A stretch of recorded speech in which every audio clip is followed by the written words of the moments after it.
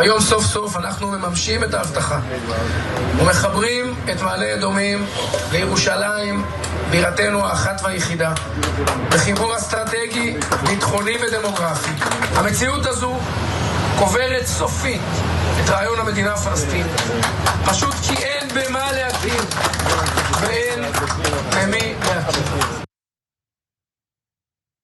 The real intentions of the right-wing Israeli government became even clearer today. Finance Minister Bezalel Smotrich announced plans to build more than 3,000 homes in an illegal settlement with the hopes of, quote, burying the idea of a Palestinian state for good. And we'll give you more of his horrific statements shortly, but first, Cenk, off the cuff, what do you make of this? Yeah, so that guy you were looking at, Smotrich, is a bona fide Nazi. He's saying that the Palestinian state will not exist. I mean, it was partly in that quote that you just saw there in that video, but we have more quotes for you. And that there will be no one to recognize, he said in that video. So not only will there not be a Palestine to recognize, but there will not be Palestinians to recognize. So that's why I call him a Nazi, because that's how Nazis talk. That we're gonna wipe you all out, there's gonna be nothing left of you. So this plan is to split the West Bank right down the middle, making a Palestinian state impossible, and Smotrich admits that and is proud of that. He's a genocidal monster, a terrorist, and by the way, completely controls the Israeli government. Every once in a while you'll hear Israeli apologists make it seem like, oh, he's the chief gardener, he's not important. No, if he leaves the government or Ben-Gvir leaves the government falls apart and Netanyahu will then have to face justice and a criminal trial where he might go to jail. So if Smotrich says jump, Netanyahu has to say how high. He is completely in charge. There is a genocidal maniac, at least 3 of them, Smotrich, Ben-Gvir, and Netanyahu himself, were in charge of the Israeli government. So let us tell you about their plan for genocide in the West Bank now. In the West Bank, not just what they've already done to Gaza Strip.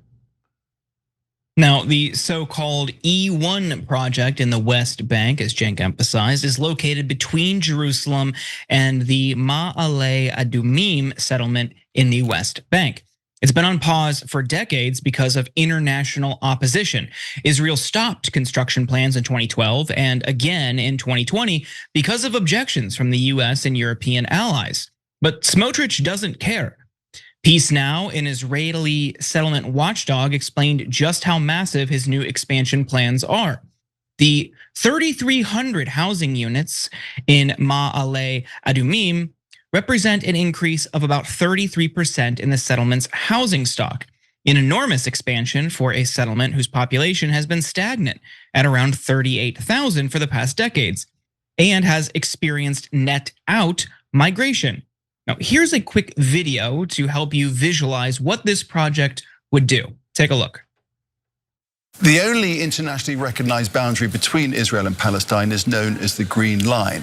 But in 1967, Israel occupied the West Bank. And since then, it has annexed Jerusalem and has built illegal settlements in and around occupied East Jerusalem. And you can see them in blue.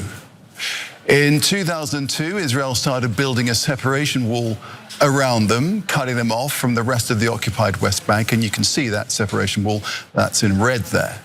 And this is known as the E1 plan, and it aims to create, as we said, more than 3,000 illegal Israeli settlement units. If implemented, the plan would connect the illegal Israeli settlements with Israeli annexed Jerusalem, cutting deeper into the West Bank. So why is this so significant?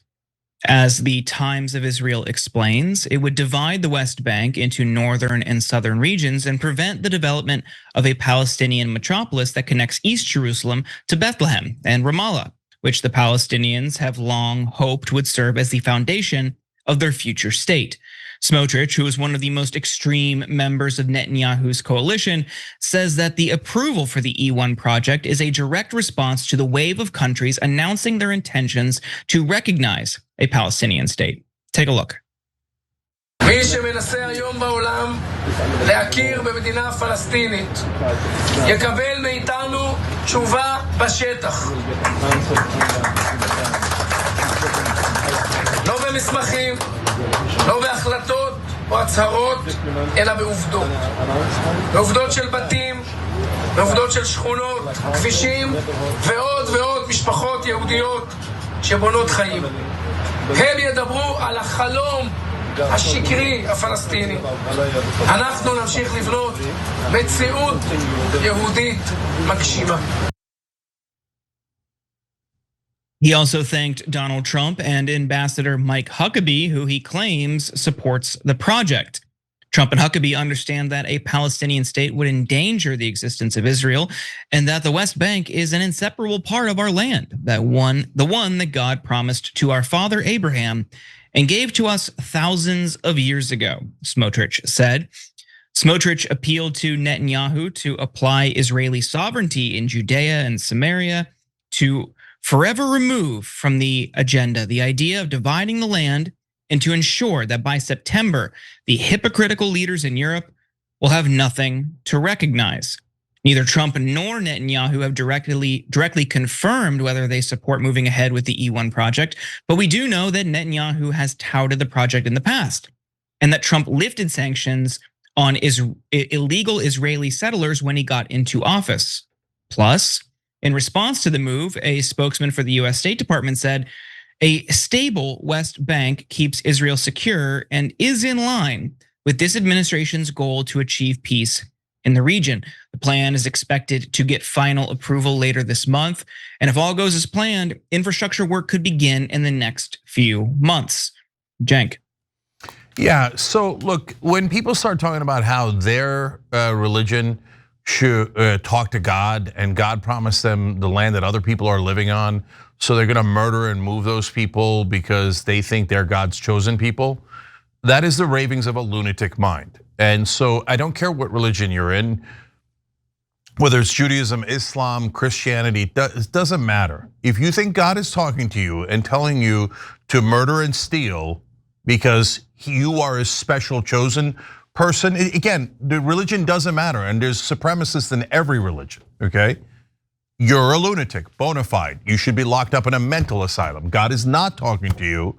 God didn't tell you to murder anyone or steal their land. But unfortunately, almost all the Israeli settlers in the West Bank are lunatics.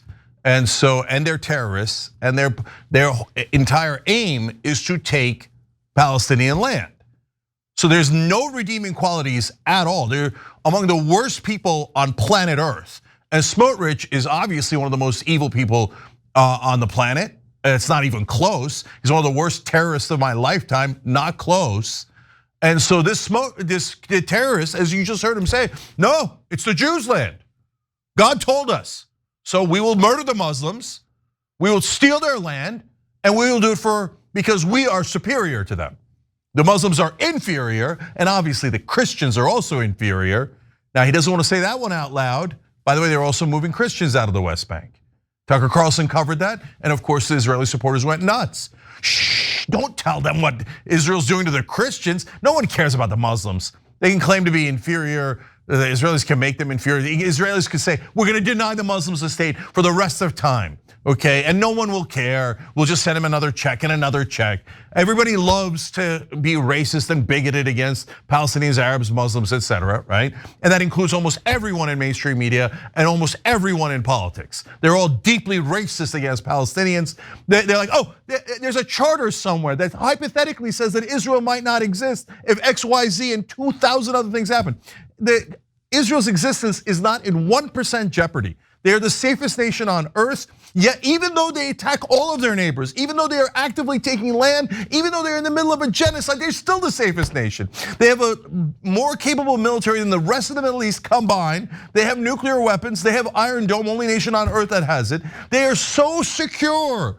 I mean, the only time they ever get hit is when they get a report saying, hey, they're going to attack you on October 7th, and they tell their guys to go take a break and don't respond.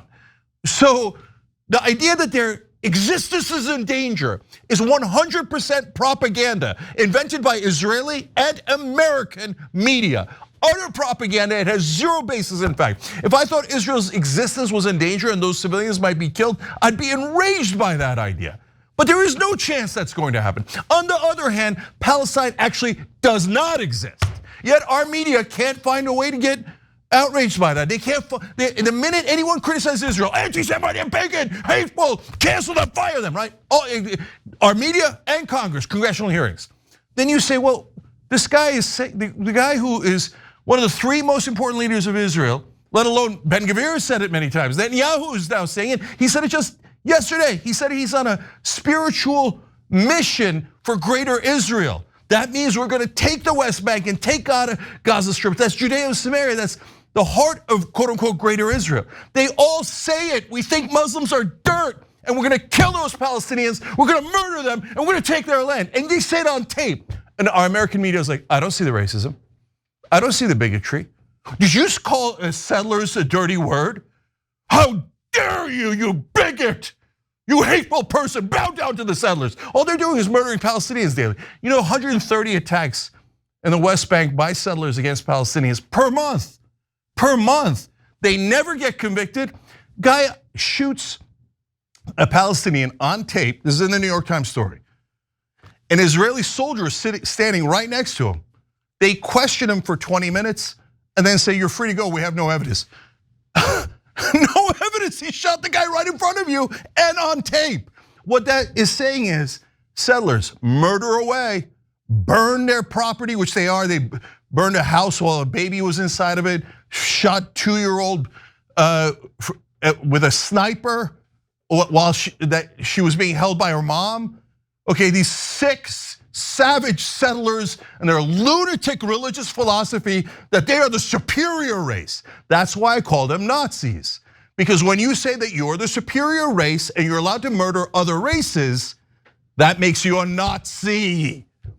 And that's what those settlers are, that's what Smotrich is, that's what Netanyahu is, that's what Ben Gvir is.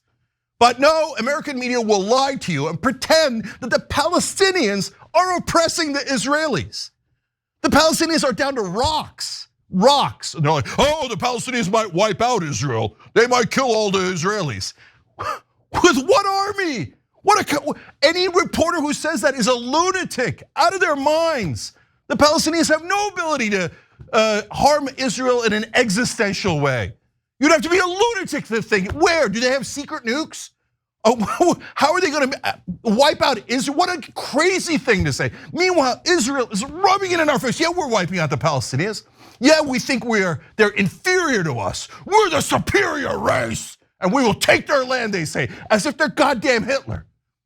But American media is like, no, you can't say that. That's 100% factually true, but you're not allowed to say it because it might offend someone. Well, their constant murder of Palestinians and their declaration of their fascist desires offends me. Is it okay? No, you're Muslim, atheist, whatever the F you are, no one cares about you. No one cares. You can get offended, you can get killed. We don't care. So no, anti-Semitism isn't the problem. Massive nuclear level bigotry towards Muslims and Palestinians is the problem. If any reporter is telling you otherwise, have them watch Smotrich's tape where he says, we're gonna change the facts on the ground. So it doesn't really matter. What that means is we're gonna steal their land. And E1 is stealing their land by all international law, no one disputes that. So what? What are you gonna do about it? We're the superior race, he says, or religion or whatever the hell he thinks it is in his lunatic mind. It isn't about the Jewish part of Jewish supremacy at all, because almost all races and religions have lunatics like this. It's the supremacy part that's the problem. Jordan. Yeah, I think this is a moment that every single Democrat must reconsider this alliance with Israel in the language. I mean, Pete Buttigieg, his comments about putting your arm around your ally and just, calling them in more or less. And then this white noise, nothing burger of his explanation in Politico today, basically being like, words sometimes fail in these situations because it's so horrific.